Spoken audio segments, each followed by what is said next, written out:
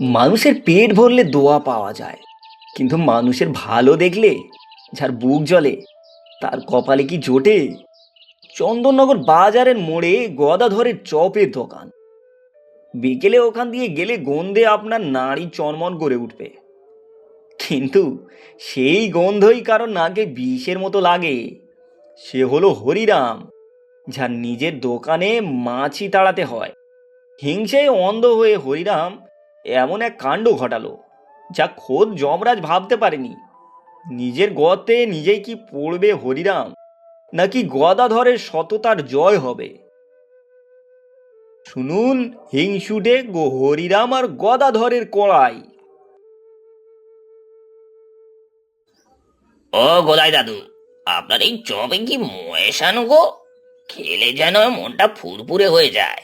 আর পাশের ওই হাওড়ি রামের চপ, ওরে বাবা, যেন পাথরের ঢেলা। আরে মদন, ওসব কিছু না রে ভাই। আমি শুধু একটু যত্ন করে ভাজি আর মশলাটা নিজের হাতে তৈরি করি। তাই মন দিয়ে ভাজলে সব খাবারই অমৃত হয় রে, অমৃত হয়।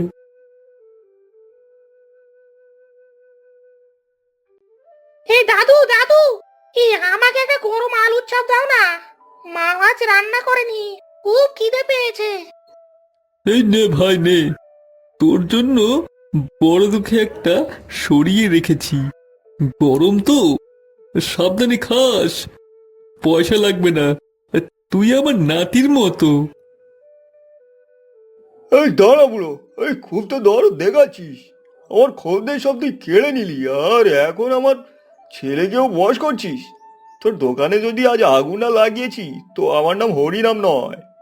না না না, আগুন লাগালো লোকে আমাকে ধরবে। এমন কিছু করতে হবে যাতে বুড়োর নামটাই বাজারে শেষ হয়ে যায়, আর লোকে যেন ওর দোকানে ঢুকতে ভয় পায়। ওই কাল সকালে এই কড়াইয়ের তেলেই তো তুই চপ ভাজবি। লোকে লোকে খেয়ে যখন বমি করবে আর পেটের ব্যথায় ছটফট করবে, তখন দেখবো তোর ভালোবাসার মশলা কোথায় যায়। সবাই ভাবে পচা তেলে কাজ করছিস ব্যাস। গদাধরের নাম ডুববে আর আমার দোকানে আবার ভিড় বাড়বে।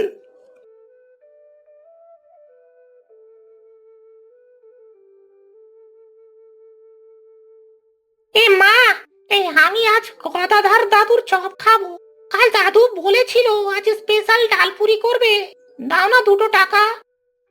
ওরে বাবা, তোর বাবার যা মেজাজ! ওনার দোকানে চপ থাকতে তুই ওই বুড়োর কাছে যাবি? মেরে তোর হাড়গোড় গুঁড়ো করে দেবে একদম।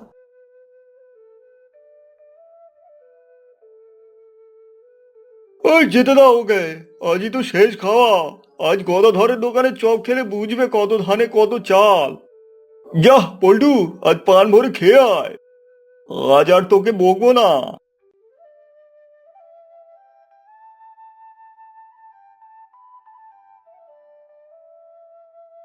আজ লক্ষ্মীর বার, বড় দেখে ডালপুরি আর আলুর চপ ভাজবো।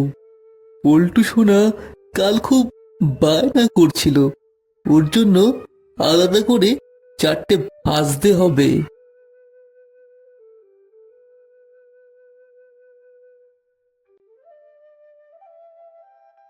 ওই তো প্রথম ব্যাচটা তেলের থেকে উঠছে। এবার শুধু একজন খাবে আর আমি বাজারে চেঁচিয়ে লোক জড়ো করবো।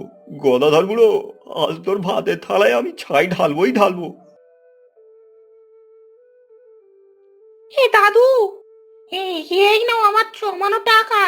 আ- আজ কিন্তু আমাকে সব থেকে বড় ডালপুরিটা দিতে হবে। এই খুব খিদে পেয়েছে। আরে টাকা কেন রে ভাই? আরে কালই তো তোকে বললাম আজ আমি তোকে খাওয়াবো। এই নে, এই মাত্র কড়াই থেকে গরম গরম তুলেছি, টস দিয়ে খা, দেখি কেমন হয়েছে।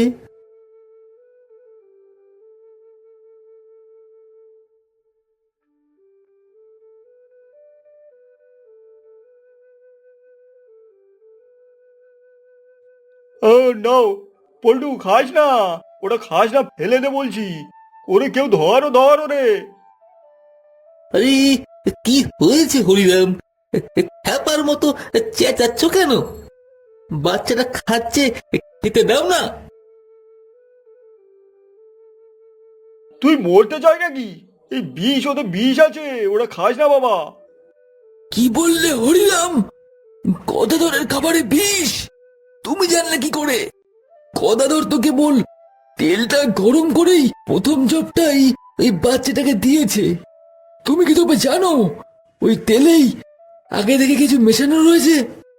আমি আমি আমি না মানে, আমি এমনি বললাম। মিথ্যে বলিস না রে পাজি। কাল রাতে আমি তোকে গদাধরের দোকানের সামনে ঘোরাঘুরি করতে দেখেছি। বল, বল কি মিশিয়েছিস তুই? বল। এ বাবা, আমার খুব কষ্ট হচ্ছে, পেটটা জ্বলে যাচ্ছে, দাদু বাঁচাও। ওরে বাবারে, ওরে বাবারে, এ কি রে? এ কি অলক্ষণে কাণ্ড হলো? এ, হরিরাম, তুই কি সত্যি কিছু কড়াইতে কিছু করেছিস? দেখ, দেখ তোর নিজের ছেলেটাই কিন্তু এটা খেয়ে ফেলেছে। আমাকে মারো, আমাকে কেটে টুকরো করে দাও, কিন্তু আমার পোল্টুকে বাঁচাও।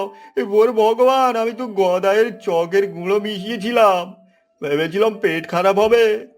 কিন্তু শিশিটা তো ইঁদুর মারার বিষয় ছিল। ভুল হয়ে গেছে রে, আমার ভুল হয়ে গেছে। ভুল নয় হরিনাম, এটা তোর পৈশাচিক হিংসা।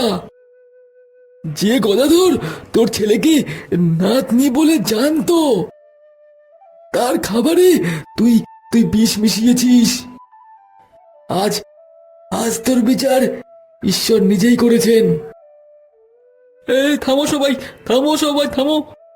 এটা এটা ঝগড়া করার সময় নয়। আগে আগে বাচ্চাটাকে বাঁচাতে হবে। হরিরাম, তুই তো আমায় মারতে চেয়েছিলি রে। কিন্তু কিন্তু এই পল্টু, পল্টু আমার পর নয় রে, আমার পর নয়। পল্টু শোনা, এই জলটা, এই জলটা খেয়ে নে ভাই, খেয়ে নে। উপরে দে সব, যা বিষ পেটে গেছে ও সব বের হয়ে যাবে। হ্যাঁ হ্যাঁ, সব বের হয়ে যাবে।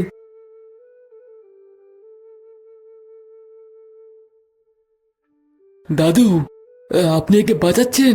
ওর বাবা তো আপনাকে ভিটে ছাড়া করতে চেয়েছিল।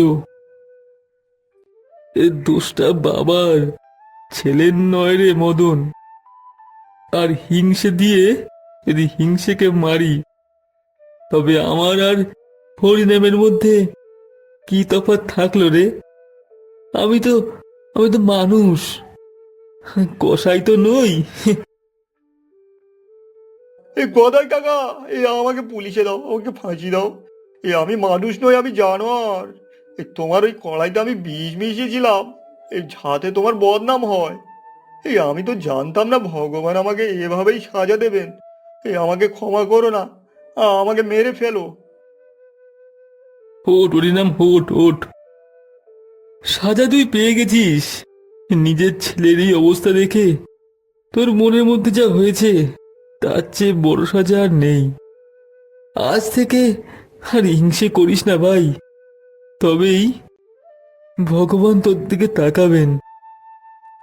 আজ থেকে এই বীজ ধুয়ে যাক। হরিরাম, কাল থেকে তুই আমার দোকানে আসবি, দুজন মিলেই চপ ভাজবো। তোর দোকানে খদ্দের কেন হয় না, এটা আমি তোকে শিখিয়ে দেব। কিন্তু মনে রাখিস বাবা, মশলায় যদি ভালোবাসা না থাকে, তবে সেই খাবার মানুষের পেটে সয় না রে, মানুষের পেটে সয় না।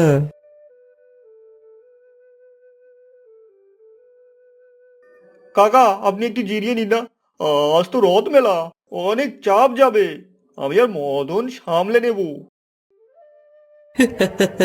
আরে না রে হরিরাম, তুই তো এখন আমার ডান হাত। তোর হাতের আলুর চপ খেয়ে সবাই তো প্রশংসায় পঞ্চমুখ রে।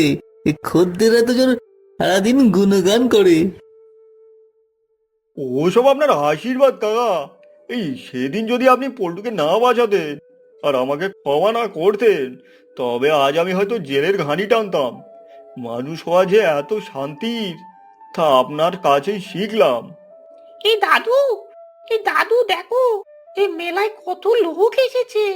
সবাই বলছে আমাদের দোকানে চপ না খেলে নাকি এই মেলা দেখাই বৃথা। এই তাই নাকি রে? তা তা দে বেশ। তা তা দে তো দেখি। এক ঠোঙা চপ ওই ওই ভিখারি বুড়িটাকে দিয়ে আয়। আর ওর কাছে পয়সা নেই, ও একটু ও পেট ভরে খাক।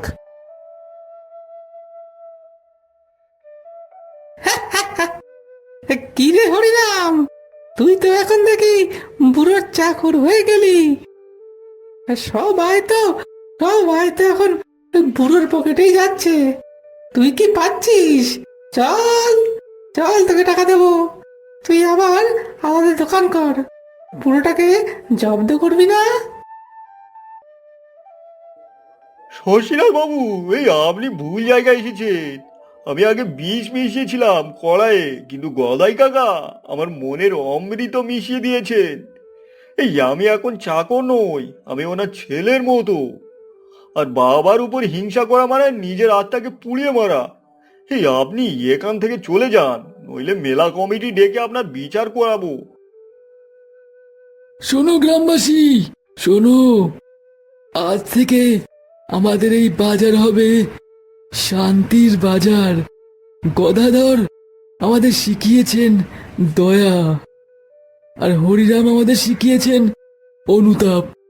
হিংসে করে কেউ কোনোদিন জয়ী হতে পারে না। এই দুই ভাইয়ের মিলই হোক আমাদের গ্রামের বড় পরিচয়।